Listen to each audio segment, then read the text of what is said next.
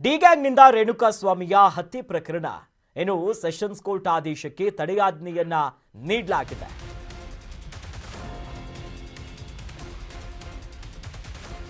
D ಗ್ಯಾಂಗ್ನಿಂದ ರೇಣುಕಾಸ್ವಾಮಿಯ ಹತ್ಯೆ ಕೇಸ್ಗೆ ಸಂಬಂಧಪಟ್ಟಂತೆ ಸದ್ಯ ಸೆಷನ್ಸ್ ಕೋರ್ಟ್ ಆದೇಶಕ್ಕೆ ತಡೆಯಾಜ್ಞೆಯನ್ನ ತರಲಾಗಿದೆ. ಮನೆಯ ಊಟವನ್ನ ನೀಡುವುದಕ್ಕೆ ಹೈಕೋರ್ಟ್ ನಕಾರವನ್ನ ಎತ್ತಿದೆ.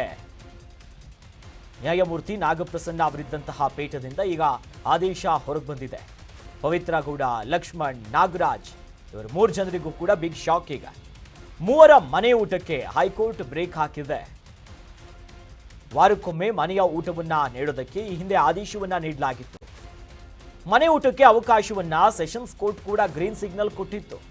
ಆದರೆ ಸೆಷನ್ಸ್ ಕೋರ್ಟಿನ ಆದೇಶಕ್ಕೆ ಹೈಕೋರ್ಟ್ ತಡೆಯನ್ನ ತಂದಿದೆ. ಬೇಡ ಅನ್ನೋದಾಗಿ ಪವಿತ್ರ, ಲಕ್ಷ್ಮಣ್, ನಾಗರಾಜ್ಗೆ ಹೈಕೋರ್ಟ್ ಈಗ ನೋಟಿಸ್ ಕೊಟ್ಟಿದೆ. ಫೆಬ್ರವರಿ 3ಕ್ಕೆ ವಿಚಾರಣೆಯನ್ನ ಮುಂದೂಡಿ ಹೈಕೋರ್ಟ್ ಮಹತ್ವದ ಆದೇಶವನ್ನ ಹೊರಡಿಸಿರುವಂತದ್ದು.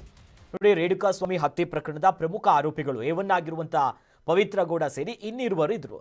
ಇವರು ಮನೆ ಊಟ ಬೇಕು, ವಾರಕ್ಕೊಂದ್ಸಲ ಮನೆ ಊಟವನ್ನ ಕಲ್ಪಿಸಿಕೊಡಿ ಅನ್ನೋದಾಗಿ ಈ ಹಿಂದೆ ಸೆಷನ್ಸ್ ಕೋರ್ಟಿಗೆ ಅರ್ಜಿ ಹಾಕಿದ್ರು. ಸೆಷನ್ಸ್ ಕೋರ್ಟ್ ಕೂಡ ಇದನ್ನ ಪುರಸ್ಕರಿಸಿತ್ತು, ವಾರಕ್ಕೊಂದ್ಸಲ ಮನೆ ಊಟ ಕೊಡೋಣ ಅಂತ.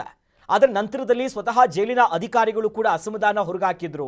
ನೋಡಿ, ಇವರಿಗೆಲ್ಲ ಮನೆ ಊಟ ಕೊಟ್ಟರೆ ನಾಳೆ ಇನ್ನಿತರರು ಕೇಳ್ತಾರೆ, ಇದು ನಮಗೆ ಸಮಸ್ಯೆ ಆಗುತ್ತೆ ಅಂತ. ಇದೇ ವಿಚಾರ ಹೈಕೋರ್ಟ್ ಮೆಟ್ಟಿಲನ್ನ ಕೂಡ ಹತ್ತಿತ್ತು. ನಂತರದಲ್ಲಿ ಹೈಕೋರ್ಟಿನಲ್ಲಿ ನ್ಯಾಯಮೂರ್ತಿಗಳಾಗಿರುವಂಥ ನಾಗಪ್ರಸನ್ನ ಅವರಿದ್ದಂಥ ಪೀಠದಿಂದ ಈಗ ಆದೇಶ ಬಂದಿದೆ. ಈ ಆದೇಶ ಪವಿತ್ರ ಗೌಡ, ಲಕ್ಷ್ಮಣ್, ನಾಗರಾಜ್ ಈ ಪ್ರಕರಣದ ಪ್ರಮುಖ ಆರೋಪಿಗಳು ಕೊಲೆ ಪ್ರಕರಣದಲ್ಲಿ ಈಗ ಮನೆ ಊಟಕ್ಕೇನು ಗ್ರೀನ್ ಸಿಗ್ನಲ್ ಸಿಕ್ಕಿತ್ತಲ್ಲ, ಇದಕ್ಕೆ ಹೈಕೋರ್ಟ್ ಈಗ ಬ್ರೇಕ್ ಹಾಕಿದೆ. ವಾರಕ್ಕೆ ಒಂದ್ಸಲನ ಕೂಡ ಮನೆ ಊಟ ಸಿಗಲ್ಲ. ಪರಪ್ಪನ ಅಗ್ರಹಾರದಲ್ಲಿ ಇತರ ವಿಚಾರಣಾಧೀನ ಕೈದಿಗಳು ಯಾರಿಗೆ ಏನೇನು ಕೊಡ್ತಾರೆ ಅದೇ ಸವಲತ್ತು ಕೊಡಬೇಕು.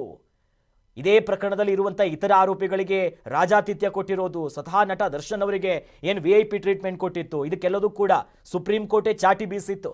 ಅದರ ಬೆನ್ನಲ್ಲೇ ಮನೆ ಊಟನೂ ಇಲ್ಲ, ಏನೂ ಇಲ್ಲ. ಅಲ್ಲೇನು ಮುದ್ದೆ ಕೊಡ್ತಾರೋ, ರೈಸ್ ಕೊಡ್ತಾರೋ ಅದನ್ನೇ ತಿನ್ನಬೇಕು.